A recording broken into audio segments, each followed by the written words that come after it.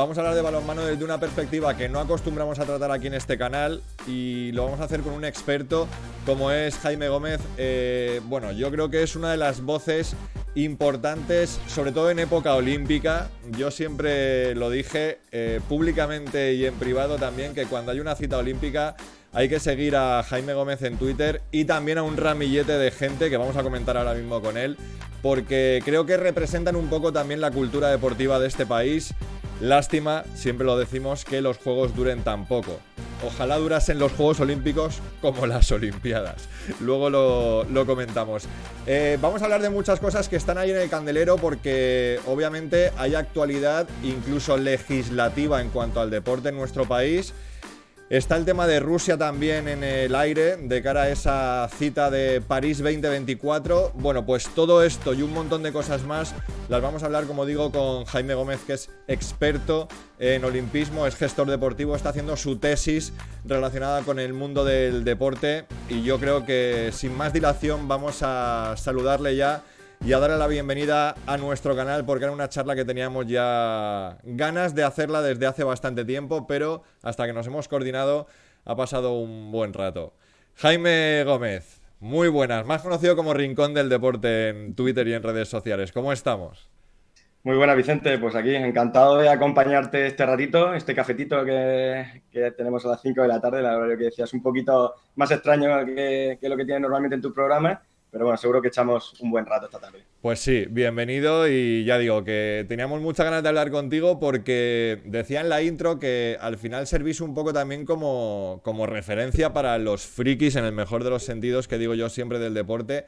En esa época donde están los Juegos Olímpicos, tanto tú, yo te conocí a ti a través de Ángel Vázquez, Pasaporte Juegos Olímpicos, Info Olímpica también es un escándalo la actualidad que sigue de todas las disciplinas deportivas. Qué lástima que seáis tan pocos y sobre todo qué lástima que sea tan poca la gente que consume esto al final, ¿no? Al final es el opio del pueblo lo come todo, ¿no? Nosotros nos dedicamos, yo creo, a una cosa mucho más romántica, que al final es...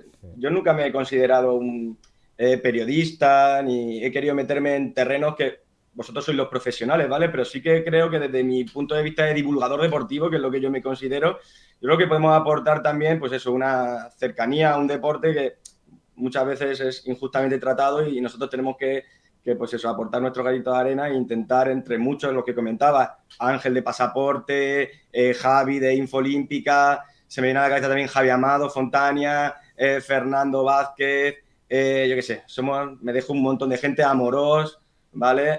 Yo qué sé, somos muchos frikis, ¿vale? Que nos gusta esto, lo seguimos en el día a día y eso, con nuestro pequeño esfuerzo y con el cariño que le tenemos, pues intentamos empujar para que llegue cada vez a más gente. Cuéntanos un poco, Jaime, de dónde viene tu conexión y tu relación con el deporte, porque, bueno, cuéntanos también de qué estás haciendo la tesis y sobre todo cuántos juegos has cubierto o cuántos juegos has vivido in situ. Mi vida hasta las locuras que estoy haciendo ahora mismo tampoco se diferencia mucho de cualquier loco olímpico, ¿no? Que se ponía delante de la televisión en la década de los 90 y veía pues Fermín Cacho, las chicas de la rítmica, la selección española de balonmano masculino. Yo creo que ahí compartimos muchos espacios comunes con mucha gente que, pues eso, que nos gustaba muchísimo el deporte y lo vivíamos con una especial simpatía. A partir de ahí, pues yo fui involucrándome un poquito más y más, indagando un poquito, no quedándome en lo que nos echaban por la tele o lo que podíamos leer en los periódicos de entonces. Pues yo iba un poquito más allá, intentaba conocer a gente y bueno, hasta que yo me formé como docente en el ámbito de la educación física y a raíz de ahí lo que pude también es vincularme al mundo de las federaciones deportivas. De una manera con Ángel Vázquez muy extraña, aterrizamos en los Juegos Olímpicos de Londres, ¿de acuerdo? Y a partir de ahí, pues bueno, intentamos trabajar en esa divulgación deportiva que creíamos relevante y que era, pues, bueno, nos hacía felices a nosotros y creíamos que podíamos sumar para el deporte español. Y de esa manera, pues como te digo, fui entrando en el mundo de las federaciones deportivas, empecé a trabajar en la Federación Española de Bádminton, he trabajado ya creo que trabajé 9 años en la Federación Española de Bádminton, colaboré también en proyectos con otras federaciones, con otros proyectos más transversales del mundo deportivo, proyectos de excepcional interés público. etcétera. Y bueno, al final el mundo, ahora hablaremos qué son las federaciones deportivas, ¿no? Lo bueno que tiene muchas cosas buenas, por supuesto, pero también tienen, desde mi punto de vista, que yo creo que soy un enamorado, soy un poquito, veo todo muy idealizado, pues también tiene su parte negativa y yo quise pues hacer un punto y aparte en ese mundo federativo y dedicarme pues a lo que es la gestión deportiva, la consultoría deportiva un poquito más en general. Por eso, pues bueno, hago diferentes tipos de proyectos atemporales a demanda, como una consultora deportiva. Y luego, aparte, pues estoy, como bien has dicho, realizando la tesis doctoral en el INES de Cataluña sobre los modelos deportivos internacionales, ¿vale? Lo que intento es analizar o entender, a veces la gente todavía habla de la generación espontánea del deporte, y estamos muy equivocados. Todo lo que sucede por un motivo y a veces no es un motivo solo determinado por una razón, sino que son un conjunto, un cúmulo de razones o de acciones que llevan a cabo el Estado o instituciones como las federaciones, lo que determinan al final los resultados. Parece muy sencillo cuando vemos competir a nuestros deportistas en la tele y todos hablamos como si fueran una barra del bar y damos soluciones muy rápidas, pero los resultados tienen un bagaje muy amplio y están conformados por un montón de razones. Entonces yo lo que intento a través de esta tesis doctoral, que voy ya aproximadamente por la mitad, me queda todavía bastante trabajo por desentrañar, además la parte más importante que es el final, lo que yo voy a pretender determinar de dónde viene el éxito deportivo internacional, ¿vale? Lógicamente no hay una varita mágica, no hay una fórmula matemática que determine cuándo sí y cuándo no. El deporte al final, como yo siempre digo, el deporte es deporte y al final tú puedes tener todo perfecto, pero lo que nos gusta del deporte es lo que determina al final resultados muy específicos, ¿no? Pero la base está determinada por una serie de factores y eso es lo que estoy intentando analizar, entender y posteriormente intentaré compartir. Sí, luego vamos a profundizar mucho en eso. Es muy interesante porque incluso hay modelos que pudiendo ser antagónicos son exitosos igualmente. O sea que tampoco es que hubiese un camino único para triunfar. Pero antes has comentado algo interesante y me sirve ya para introducir un poco el primer tema amplio que es el balonmano. Antes has dicho, las federaciones nacionales son muy importantes y a veces hasta hacen cosas buenas o hacen cosas buenas y cosas malas. Al final son los gestores y las personas que dirigen las federaciones, ¿no? Las responsables del funcionamiento y del éxito o fracaso en lo deportivo. En el balonmano, yo estoy ya muchos años harto, digamos, de escuchar. Cambiamos un poco el refrán popular y en lugar de tenemos lo que nos merecemos, aquí se dice tenemos lo que queremos. Porque claro, al final es muy poca gente, tú lo sabes, en las federaciones nacionales las que manejan los designios, ¿no?, del ente federativo, porque las asambleas son pequeñísimas y están súper controladas. Pero tú desde fuera, ¿cómo ves el balonmano? Pues la verdad, lo veo en un punto de equilibrio, me explico. No lo veo en el borde del abismo, porque yo creo que una federación, lo primero, es un deporte que tiene arraigo en España, es decir, un arraigo histórico, y eso le permite tener una base social. Pues hombre, que todo el mundo podría decir que quiere mejorarla, pero hombre, si te pones a compararlas con otros deportes, pues yo creo que el balonmano tiene una base social que podríamos estar hablando de un top 5 a nivel español, ¿vale? No estoy hablando de licencias, porque al final la licencia es un término que no me gusta. Al final, hay mucha gente, yo siempre digo que hay que fijarse en el fútbol. Es decir, no tenemos que centrarlo todo en la licencia. El fútbol, que por supuesto que tiene muchísimas licencias, desarrolla en torno a él una comunidad. Es decir, el hombre que va a ver el partido con su bolsa de pipa de un partido de tercera división, pero que luego, lógicamente, consume de otras divisiones. La persona que lo ve desde casa y no va a los estadios. El papá que le compra a su niño la camiseta del club, ¿vale? Toda esa comunidad que conforma el fútbol es imposible que la tengan otros deportes. Pero esa base social, a pequeña escala, sí que la tiene el balonmano, porque tiene núcleos a nivel nacional que llevan trabajando desde la década de los 70, 80, 90 y han generado pues, una estructura de club importante. No vamos a decir profesionalizada, porque hablar de profesionalización es muy compleja, pero el balonmano tiene esa base. Entonces, no está al borde del abismo como modalidad deportiva porque tiene esa base social. Pero en base a esa base social, y perdona la redundancia, el balonmano ha explotado todo el potencial que podía llegar a tener en esa década de los 80, 90, que tenía mucha ventaja sobre otros deportes. En mi opinión, no. ¿Por qué no lo ha conseguido? Al final es como todo. ¿Por qué no se consiguen las cosas? Pues seguramente por una mezcla de factores, como decíamos antes, pero uno de los factores seguramente es que la gestión que se ha hecho del producto no ha sido la mejor, ¿de acuerdo? Sí que es verdad que el balonmano ha tenido esta lucha entre lo que es la Federación Española de Balonmano con lo que ha sido la ASOVAL hasta épocas recientes, que han tenido esa asunción de responsabilidades por parte de la directiva actual de la Federación Y Española de lo que Balonmano. queda de lucha y de guerra.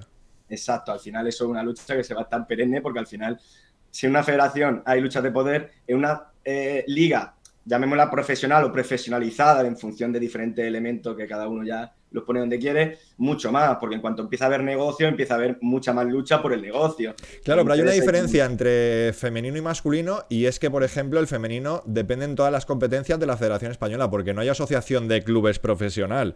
De hecho, estamos viendo que ha cambiado la junta directiva de la Asociación de Jugadoras porque hasta hace nada la presidenta de la Asociación de Jugadoras era la vicepresidenta de la Federación.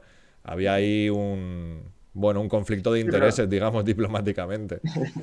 sí, totalmente, pero eso es históricamente la rémora que tenemos y que tú salvas con tu programa vinculado específicamente al balonmano femenino, la rémora que ha existido, que lo importante era el masculino y el femenino queda a un lado. Por eso se profesionalizó la Liga Sobal y no se ha profesionalizado la Liga. ¿Y tú por qué apuestas? Porque al final casi todos los deportes, entre comillas, serios, desarrollados y populares mediáticamente hablando, tienen asociación de liga profesional. No se entiende que la federación maneje todo, ¿no? Por supuesto, es decir, yo creo que al final el producto tiene que ir hacia una autogestión, por así decirlo, de los clubes a nivel profesional. Si queremos vivir de esto, por supuesto, si queremos vivir en una filosofía amateur de ayudas estatales, provinciales, territoriales, lógicamente nos quedamos en una liga de pequeña escala. Si queremos optar a ser un producto atrayente, autosostenible y que se pueda desarrollar mucho más de lo que está desarrollado a día de hoy, lógicamente hay que evolucionar hacia ese profesionalismo. ¿Cómo? Pues ese es el problema. Estamos viendo que el fútbol, por así decirlo, que es la gallina de los huevos de oro, todos los problemas que está teniendo en ese proceso de profesionalización en la liga femenina, la liga F, ¿de acuerdo? Pues lógicamente a menor escala, como podría ser baloncesto, en este caso balonmano, yo creo que los problemas serían mucho mayores y hay que ver el proceso, pero lo que sí que hay que demandar es por qué el fútbol femenino sí, cuando históricamente ha tenido mucha menor aceptación que el balonmano femenino. Yo siempre he promulgado eso. Yo estoy, oye, encantado de que las futbolistas femeninas sean profesionales, tengan unas condiciones de trabajo óptimas, etcétera, etcétera. Pero tiene que ser el Estado español en el que lleve a cabo eso en detrimento de otras ligas, como pueden ser la de baloncesto, la de balonmano femenino, en el cual la historia es mucho más amplia, el volumen de practicantes ha sido históricamente mucho más grande.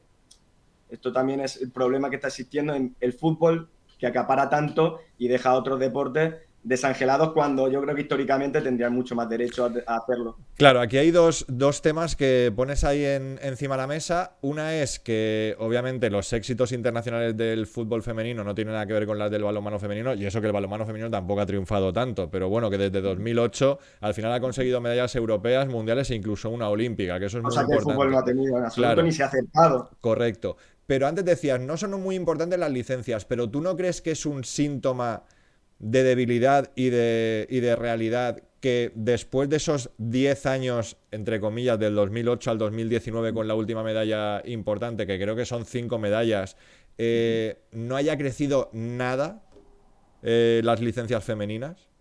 Es un indicador, eso por supuesto, es decir, no es que no sirva para nada, en absoluto, el indicador de por dónde estamos llevando a cabo, por así decirlo, el plan estratégico de la federación. En este caso, una vez que la federación tuvo éxito vinculado al balonmano femenino, que tú ya has dicho, además hubo una época de boom total, las guerreras se crearon en torno a ese boom. ¿Qué vamos a hacer con este boom, no? Planteamos un plan estratégico en el cual orientamos el balonmano femenino en una línea de crecer a nivel de licencias o queremos potenciar la liga. Yo creo que faltó en aquel momento porque faltan todas las federaciones y por lo que puedo ver desde fuera en el balonmano femenino, en el balonmano en este caso, con sus acciones vinculadas al balonmano femenino, yo creo que falta una planificación estratégica muy determinada, porque al final vamos siempre a, oye, llega el patrocinio de Iberdrola, vale, oye, el dinero siempre bien recibido, además el balonmano ha sido de las federaciones, si no la mejor, bueno, partiendo aparte del fútbol, el balonmano es el deporte que más dinero ha recibido de Iberdrola. desde que Iberdrola empezó en el año 2016 a inyectar dinero en el deporte femenino.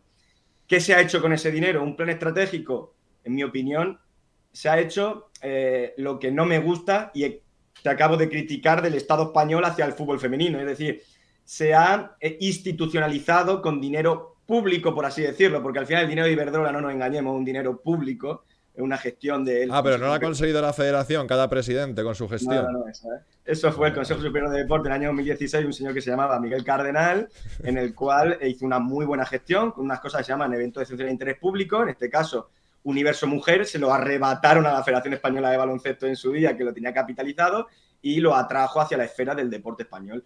Una gran gestión. Oye, Iberdrola ha inyectado una cantidad de dinero que ha servido, estoy seguro, a, si no mejorar, mantener estructuras que en su día eran problemáticas de mantener porque necesitaban una cantidad económica de dinero, pero se ha hecho eso, se ha institucionalizado a través de dinero público una estructura como ha sido, por lo que yo veo desde fuera, la Liga Guerreras. ¿Por qué? Porque muchas veces las federaciones viven para mantenerse. Y no digo mantenerse en el puesto, sino para mantener las aguas calmadas, por así decirlo. Si tú consigues con esa cantidad de dinero regar el balonmano femenino, consigues que los conatos o los amagos de ir contra ti o tener problemas, pues se templen. Y se ha utilizado ese dinero de Iberdrola en muchos casos, más allá de con una planificación estratégica de qué queremos y vamos a inyectar el dinero donde creemos realmente que tenemos que desarrollar nuestro deporte, lo han vinculado a esa... es que no ha sido ni profesionalización, ha sido un mantenimiento de estructuras de una liga que entiendo que ellos tienen sus KPIs, sus indicadores de rendimiento y han analizado cómo ha crecido la Liga Guerreras desde el año 2016 al año 2022. Yo desde fuera, sinceramente, no he visto que hayan crecido. A lo mejor me estoy equivocando. A nivel del rendimiento del deporte del balonmano femenino, tampoco he visto que los resultados hayan permitido que los resultados de la selección vayan mejor. Yo creo que ha habido una estabilización. Que a lo mejor de puertas para dentro de la federación ha sido positiva de cara a vivir cómodamente, pero yo creo que para el desarrollo del deporte, como yo lo concibo, que al final es un desarrollo social, porque cuando tú desarrollas socialmente el deporte, tiene sus ramificaciones, alto rendimiento, generación de estructuras desde la base, etcétera, etcétera, no lo he visto. Te quiero poner una imagen ahora, ya que estamos hablando de profesionalización. Blázquez, el presidente, yo creo que fue en 2016, dijo que iba a convertir la Liga Española en la mejor liga del mundo. Ahora mismo en el ranking EHF estamos la número 15.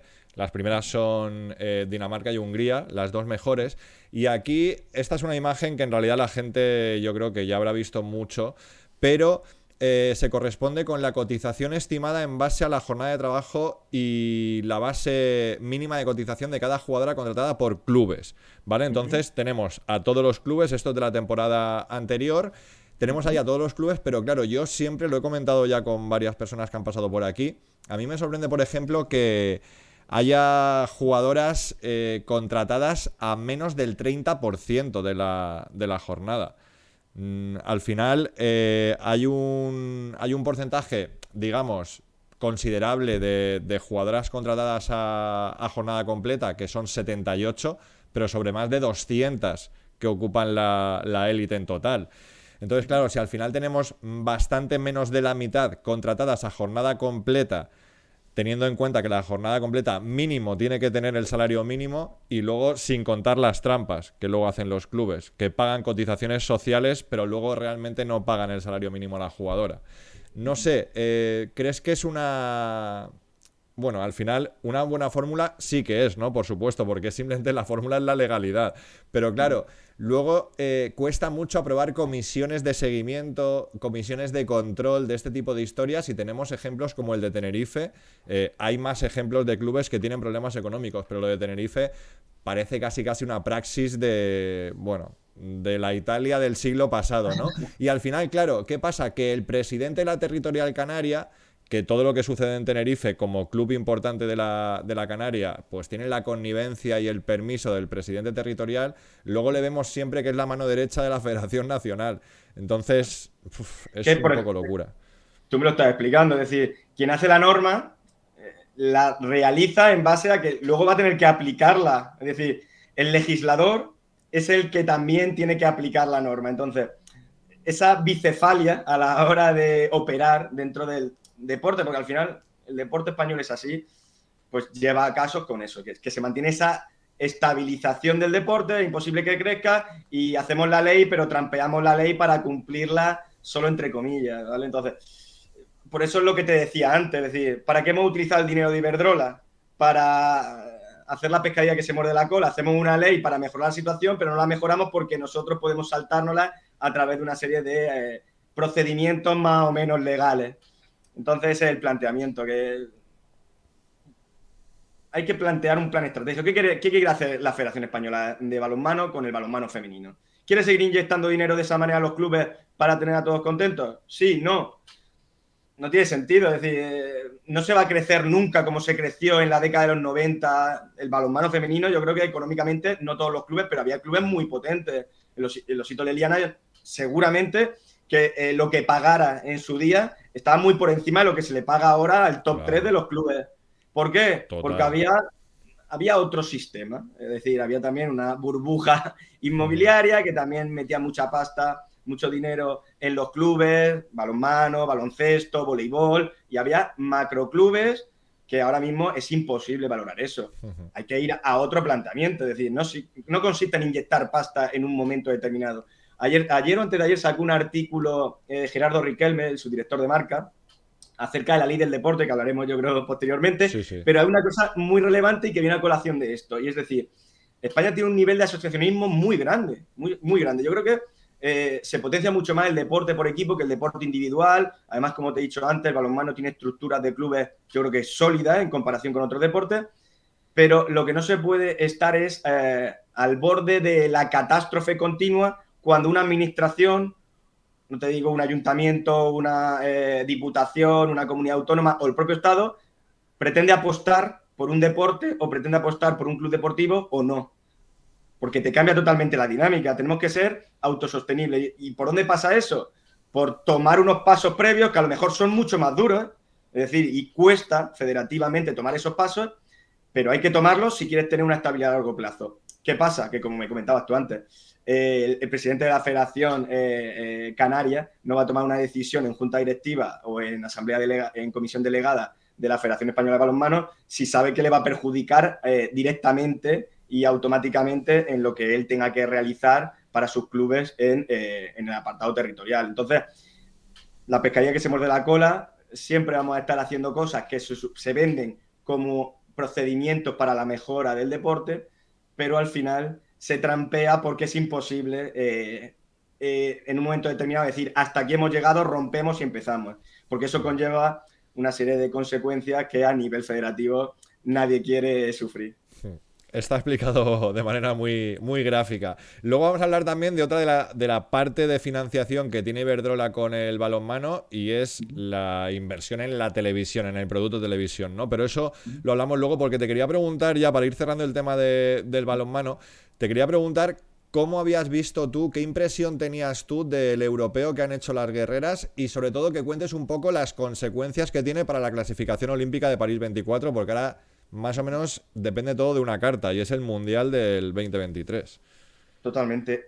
Bueno, básicamente las impresiones que tengo son, no sé si agridulce o dulce agria, fue una mezcla de sensaciones que vienen acumuladas del Mundial de España. Es decir, el Mundial de España yo creo que todos hubieran firmado esa cuarta posición. ¿Por qué? Porque la selección hizo exactamente lo que tenía que hacer al 100% de sus posibilidades para llegar a ser cuarta. Es decir, nadie en su sano juicio podría pedirle a la selección en el Mundial de España ser medalla, por lo que se vio en pista y por lo que se ha visto mucho más a posteriori con este campeonato de Europa. Entonces yo creo, aquella sensación que nos dejó el Mundial fue espectacular. Veníamos de unos Juegos Olímpicos malos, se generó cierta transición con entrada de caras nuevas, junto con algunas veteranas que podían dar lugar a que esa transferencia tranquila entre generaciones podía ser positiva, y llegamos a este europeo en el que sabíamos perfectamente lo que había, pero todo el mundo se ilusiona, ¿no? Cuando empieza una gran competición, y siempre aspiramos al easy, pero lógicamente al final, según fueron pasando los partidos, vimos que el easy pues era lo que teníamos, lo que sabíamos, y que si el ambiente perfecto y las condiciones idóneas que se dieron en el Mundial de España, pues han puesto a la selección, ni más ni menos en la posición en la que debe estar en el concierto, en este caso, continental. Yo sí que me dejó una cosa positiva, dentro de lo negativo que pudo parecer en muchos momentos, es el que fueron guerreras realmente, y no es por ser populista. Es decir, no hay que decir siempre, oye, se han dejado la vida, han luchado hasta el final. No, no, no. Es que viéndose en muchos momentos inferiores, porque se veía que eran inferiores, o que lo tenían todo perdido en muchos partidos que se ponían cuesta arriba, estuvimos todos los partidos hasta el último minuto con opciones, incluso faltaban 2 partidos y teníamos opciones todavía de meternos en la lucha por las medallas. Entonces, ese elemento de saber competir, ¿vale? Yo creo que si se sabe orientar bien y se va trabajando correctamente en los próximos, el Campeonato del Mundo y luego en los preolímpicos, esperemos no estar en los preolímpicos, pero bueno, yo creo que va a ser un paso ahora que ahora hablaremos, Sí. lógico. Yo creo que ese bagaje de aprendizaje, tanto del Mundial como de este Campeonato de Europa, yo creo que puede ser una base muy importante para hacer crecer al equipo. Muy difícil meternos en una élite mundial, pero sí incrementar el nivel que hemos mostrado en este europeo, que yo creo que es mejorable. Bueno, por cierto, la gente que nos esté viendo, si tiene alguna pregunta para Jaime, que la deje por ahí por el chat y la comentamos. Te quería hacer una pregunta sobre la reacción del público de cada disciplina deportiva. No sé si en otras competiciones que tú sigues, que no son tan mediáticas, como fútbol, baloncesto y tenis, que ahí eso ya es una jungla, lo de las redes sociales, si la gente es tan odiadora también en otras disciplinas deportivas y tan rata y con tanto anónimo y con tanto insulto y demás. Yo eso lo veo positivo, sinceramente. No por la educación o la falta Ya. de respeto que pueden llegar a tener hacia las personas, que eso está totalmente fuera de lugar, por Ya. supuesto.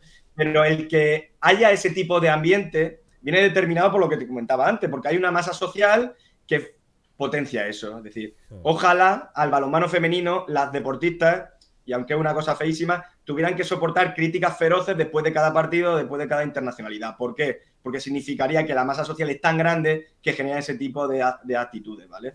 Descalificando, por supuesto, ese tipo de acciones de las personas, pero tiene su parte positiva de cara a esa profesionalización que comentábamos anteriormente. La sociedad es la que es, no vamos a cambiar la sociedad de la noche a la mañana, pero yo creo que eso, cuanto más volumen de seguidores tienes, más haters aparecen y más ratas aparecen. Pero bueno, yo creo que el deportista también tiene que prepararse para eso, para saber gestionar, evadirse de lo que es una crítica objetiva y lo que es una crítica feroz de barra de bar de 3 chalaos que se han juntado ahí. Yo creo que a la selección está, y te escuché y te seguí en ese análisis que hiciste y de esas críticas feroces en ciertos momentos del europeo, pero yo creo que el mundo, la gente que entiende de balonmano femenino, lógicamente puede criticar elementos del seleccionador, por supuesto, o puede criticar actuaciones individuales de los deportistas, porque al final la crítica es libre, pero yo creo que se sabe discernir cuando son críticas interesadas, cuando son críticas populistas y cuando son críticas que yo creo de gente que entiende el deporte.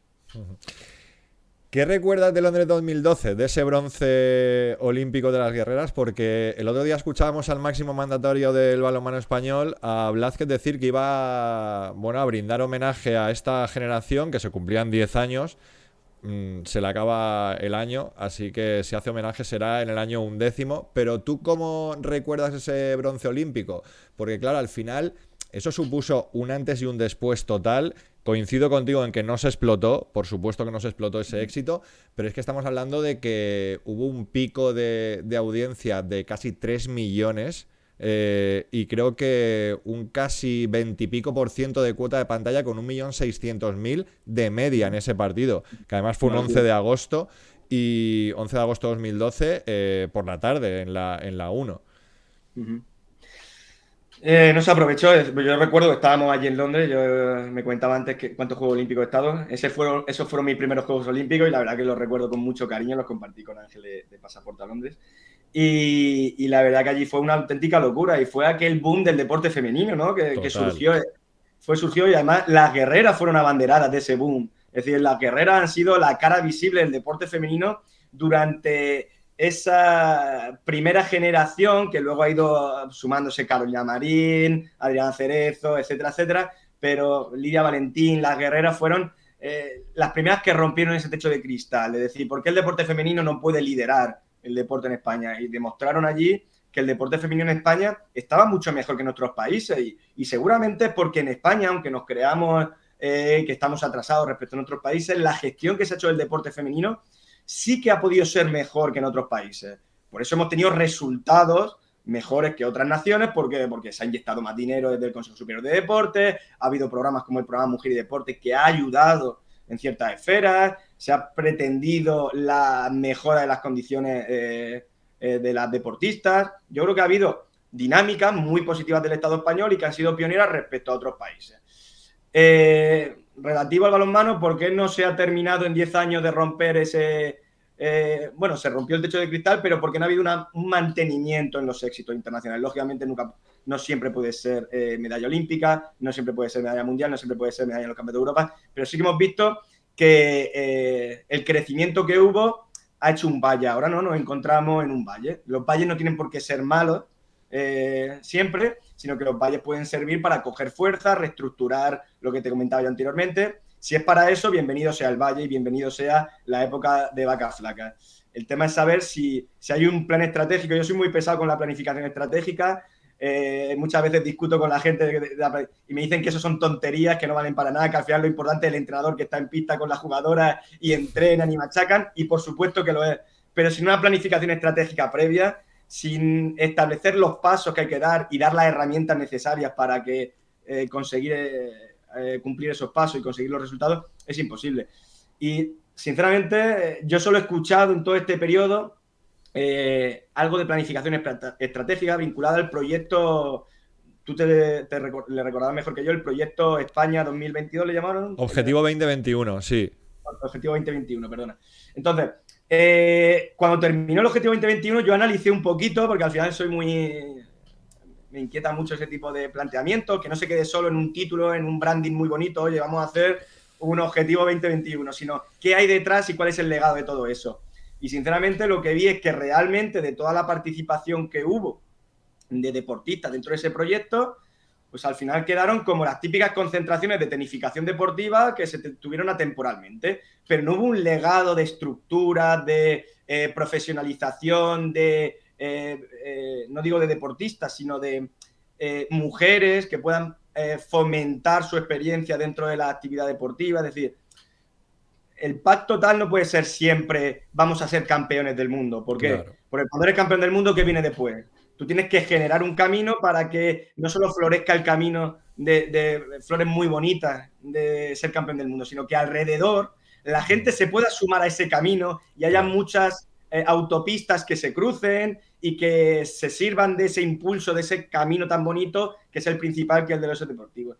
Y yo no he visto eso, sinceramente, y ha adolecido un poquito esa planificación estratégica que, sinceramente, si la hay y yo no la he visto, lo siento mucho, pero creo que se adolece de ese procedimiento de planificación estratégica y se ha centrado demasiado en el resultado de las guerreras y se ha dejado de lado qué creamos en torno a esa marca que es muy potente de las guerreras. Claro, es que al final ten en cuenta que durante ese plan Objetivo 2021 ha habido decenas y decenas de concentraciones, pero muchas se utilizaban para que las españolas que luego iban a formar parte de la absoluta, cuando había un torneo importante cerca, pues se concentraran cuando las extranjeras no podían venir a la concentración.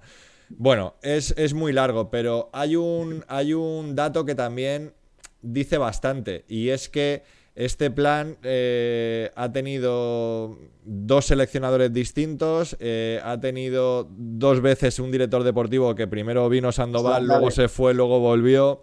Claro, al final es que eso no tiene ningún sentido. Claro, al final lo que tú puedas poner en un papel es papel mojado siempre. Al final tú puedes tener una idea en un papel y quedan preciosas, tiene unos KPI, unos indicadores de rendimiento que dice aquí ponemos la pirámide y arriba del todo está ser campeones del mundo, ser medallista mundial. Pero al final eso tiene que tener una lógica interna, y si quien tiene que dirigir todo eso, que al final es el director deportivo, no tiene un seguimiento o eso, al final se dan palos de ciego y qué queda después del legado, pues yo creo que ese es el mayor problema. Y uno de los mayores problemas para mí de todo eso es que eso no tiene asociado un programa escolar. Es decir, yo abogo mucho por el deporte escolar y la Federación Española de Balonmano, con los programas que tiene, con la inyección económica que tiene el Estado, con los patrocinadores que tiene, creo que lo que peor trabaja con diferencia, no me meto en otros temas políticos, desde el exterior hay federaciones españolas que trabajan muy bien el tema del deporte a nivel escolar, generan estructuras a nivel escolar de los cuales se van a ver beneficiados en 10, 15, 20 años, están sembrando para el mañana. Y no veo los programas estos de cuando crearon, creo que fue en la década del 2000, el nanobalonmano aquel, un nanobalonmano que surgió de unas líneas de subvención del Consejo Superior de Deportes que se llamaban PROADES. Se quedó ahí, es decir, volvemos a hacer lo mismo. Hicieron el nanobalonmano porque venía una ayuda directa, de nuevo, uso público de recursos para una actuación concreta, pero no con una planificación estratégica. Soy muy pesado en eso, pero el Estado tiene que generar caminos para luego darte la caña para tú pescar. Si estamos continuamente dando los peces, al final es hambre para hoy y, perdón, pan para hoy y hambre para mañana. Y esto es lo que ha pasado en esa esfera del balonmano, que yo creo que el balonmano tendría un potencial enorme de entrada. Yo soy profesor, en los colegios tiene una entrada brutal, los profesores trabajan autónomamente y no se saca todo el partido al deporte escolar, que es la base del deporte en los países que están llamando ahora a la puerta del éxito. A lo mejor no en balonmano, pero Gran Bretaña, Australia, Países Bajos. Países Bajos está haciendo un trabajo brutal a nivel escolar y están saliendo todos los réditos en deporte de equipo y bueno, en el balonmano femenino son referencia y en el balonmano masculino han mejorado bastante, porque antes, esto es otra, que lo hablaremos posteriormente cuando veamos el modelo, Países Bajos pasaba completamente del balonmano masculino. ¿Por qué? Porque no había un proyecto, de planificación estratégica por parte de la federación. Entonces el Estado, Países Bajos, decía, señores, a ustedes les voy a dar dinero para el balonmano femenino, porque es donde tiene un proyecto y donde están teniendo resultados. Cuando ustedes tengan un proyecto de balonmano masculino, invertiremos en él progresivamente, en diferentes escalones, y ustedes llegarán a tener una subvención estatal. Lo están haciendo ahora y están empezando a tener sus resultados. En España no, en España inyectamos dinero directamente, sin planificación estratégica y sin unos indicadores que nos digan, oye, te tengo que retirar este dinero porque tú no has cumplido los KPIs que me marcaste, ¿vale? Sí, entonces, es que Países Bajos, además, en el tema del balonmano femenino, yo recuerdo el preolímpico de Guadalajara para los Juegos Olímpicos de Londres, que se clasificaron las guerreras y estaba ahí Países Bajos. Y hablé con Jockelyn Tienstra, que era la jefa en ese momento, una auténtica crack y una mujer que es histórica en el balonmano de Países Bajos, y decía que tenían un plan de tecnificación de alto rendimiento con 25 o 30 jugadoras.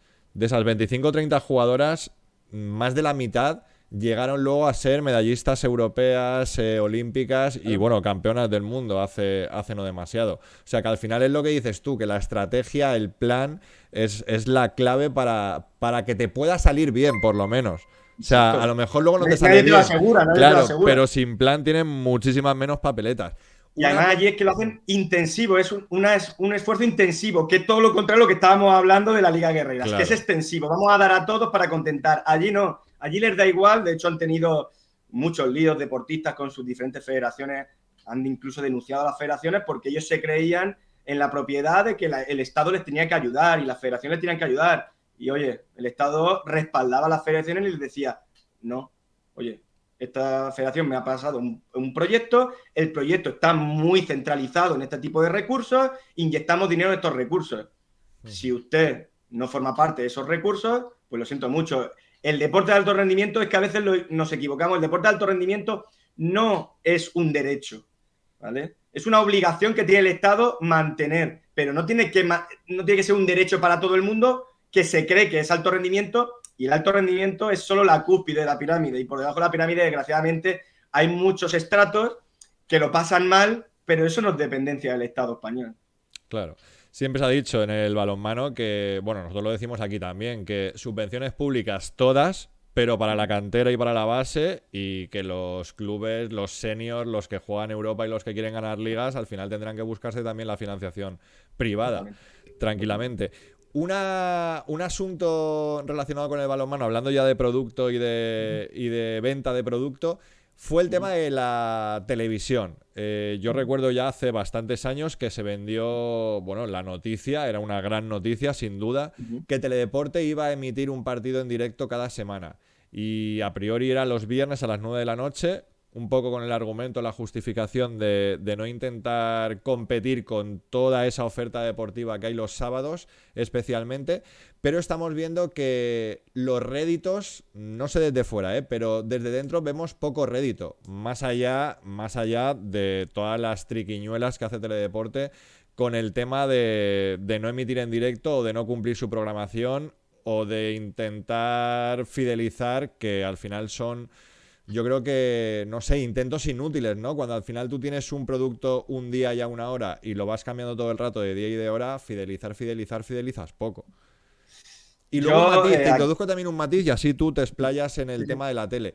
Y es que, claro, estamos acostumbrados todo el rato a oír, no es que la NBA ingresa derechos televisivos no sé cuánto, es que la Liga ingresa derechos televisivos no sé cuánto. Es que la Federación Española está pagando el producto a Teledeporte y encima lo ningunea así como lo ningunea. Y insisto, Teledeporte, o sea, tiene que existir sí o sí, y yo soy un súper consumidor de Teledeporte, pero es que creo que se está columpiando, para decirlo popularmente, se está columpiando por el balonmano y no sé si tiene que ver también con eso, con que es un producto que no paga. Eso, para empezar, por supuesto. Es decir, Teledeporte, yo he gestionado cosas con ellos, hay grandes profesionales en Teledeporte y trabajan súper bien y hasta cierto punto no engañan a nadie. Ellos te dicen, oye, vamos a trabajar este producto, lógicamente, todo producto que llega a sus manos, pues no te digo que lo maltraten, ellos de base no quieren maltratar nada. Lógicamente, ellos luego tienen sus prioridades políticas, por un lado, luego hay muchas presiones, a veces hay que poner esto sí y esto no, y hay sus prioridades también en desconocimiento muchas veces del producto. Ellos, lógicamente, no están en la cabeza de la Federación Española de Balonmano. Lógicamente, ellos llegan a su acuerdo al principio de cada año, cierran su paquete y ahí tienen su paquete. Y tienen un acto de un compromiso, ¿no? Un acuerdo en que, oye, vamos a poner los viernes a X horas los partidos, ¿de acuerdo? Pero luego a lo largo del año surgen tantas cosas que es imposible materialmente cumplir ese acuerdo. ¿Quién tiene la culpa? Lo primero, para mí, es quien paga la fiesta. ¿Y quién paga la fiesta en este caso? La Federación Española de Balonmano. Es decir, quien paga puede llegar a tener un derecho para tomar decisiones. ¿Qué pasa? Que a lo mejor también se pone la tesitura de ¿dónde me llevo este producto? ¿O este producto puedo rentabilizarlo en otro sitio? ¿O el producto es rentable? Yo parto de la premisa que el 95% del producto que sale en Teledeporte no es rentable, ¿vale? Teledeporte te da una muy buena imagen, lo puede mucha gente, pero no es rentable. Al final, todo, y yo soy el primero que he trabajado con Teledeporte porque era la ventana que te daban y valorábamos que esa ventana podría ser positiva. ¿Qué puedo yo entender de ese acuerdo de la Federación Española de Balonmano? Una contraprestación. Yo te doy un contenido de calidad, porque al final el contenido que está aportando la Liga Guerrera es un contenido de calidad, ¿de acuerdo? La producción es buena, ¿vale? Para los estándares que hay dentro del polideportivo en España. Sí, ha mejorado además un montón del inicio. En el inicio había unas liadas técnicas brutales, pero ahora no. La evolución en estos 5 últimos años ha sido brutal. Al principio Iberdrola metía mucha pasta, se utilizaba mucho dinero, pero luego no había unos estándares de calidad muy afinados. No se iba a afinar, en España somos muy de afinar al céntimo. Ahora ya sí que ha habido una comprensión de que un producto que no sale bien, que no es bonito, no está bien paquetizado, es contraproducente, y yo creo que se ha ido entendiendo progresivamente. Pero bueno, más allá de eso, la federación da un producto que a Teledeporte le conviene, ¿por qué? Porque tiene muchas horas de retransmisión, de redifusiones, luego tiene el programa Guerreras, etcétera. Eso, y a Teledeporte eso le encanta, porque son horas de rellenar contenido y luego, ¿qué pasa? Que en las épocas valle vienen muy bien, oye, te ponemos en el horario perfecto, pero cuando vienen las épocas pico y hay otros contenidos que a lo mejor tienen mucha mayor atracción, se convierte en un inconveniente. Yo creo que la Federación Española, sinceramente, lo da por bien amortizado, o esos problemas que puede tener de ajuste de horario. ¿Por qué? Porque lo que sí que tiene bueno la Federación Española de Balonmano y ha conseguido es que cuando llegan los campeonatos de Europa y campeonatos del mundo, Teledeporte les trata muy bien. Y no a todo el mundo Teledeporte les pone un set y les monta los stands. Bueno, que han el set con los chicos solo, hay que matizar. Bueno, chicos, a las chicas no. Bueno, para el Mundial Femenino no pusieron set. Sí, pero porque era en España, hombre, que si no ponen set aquí ya está. Bueno, pero todo eso, o cuando llegan, por ejemplo, los campeonatos hacen programas en directo, con análisis, con Alberto Urdiales, etcétera, etcétera, con Eli Pinedo también. Y ese trato amable en esos eventos cumbre, por así decirlo, no nos vamos a engañar, la Federación Española de Balonmano vive de los hispanos y de las guerreras. Y es lo que está potenciando su modelo de negocio.